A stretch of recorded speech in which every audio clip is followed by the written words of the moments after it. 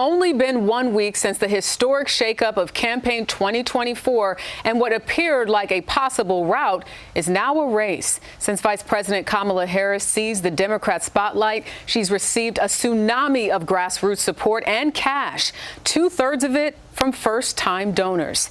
At the same time, former President Donald Trump, who rallied supporters in Tennessee and Minnesota this weekend, is carving out new lines of attack in a reshaped campaign. CBS's Skyler Henry leads us off tonight from the White House. Skyler, good evening to you. Hey, Jerika, good evening to you. The Harris campaign says it's raised more than $200 million since President Biden's sudden exit from the race. The enthusiasm also prompting her Republican rival to escalate his attacks. She's a radical left lunatic. Former President Trump took aim at his presumed political opponent Saturday in front of a packed arena in St. Cloud, Minnesota. Kamala Harris's deadly destruction of America's borders is completely and totally disqualifying for her to be president. She's evil. It was a 180 from the calls for national unity by Trump after his attempted assassination just 2 weeks ago.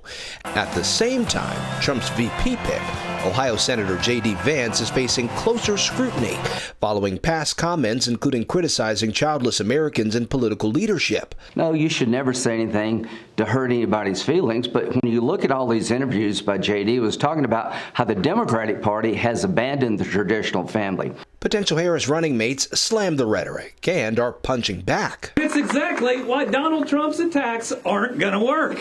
I mean, 2 nights ago, he called her a bum. If he wants to see a bum, he ought to look in the mirror. If he has laughed, it's at someone, not with someone. That is weird behavior. As the vice president rallies support across the country, voter enthusiasm in both parties has skyrocketed. We don't take anything for granted. That's why we're supporting Donald Trump as much as we are. This is the big push to get him across the finish line to save America. I feel energized. I feel excited. I think we're going to do it. We beat Donald Trump the first time. I think we can do it a second time. A new poll out today shows in the last week, Vice President Harris saw an 8% boost in favorability among Americans at 43%, compared to former President Trump, whose favorability dropped to 36%. You know, on another topic, CBS News has learned President Biden is expected to unveil his proposals to reform the U.S. Supreme Court during a speech tomorrow in Texas. That plan would include introducing term limits and a code of ethics for justices, both of which would likely require congressional support. Jerika. All right, so much happening. Skyler, thank you.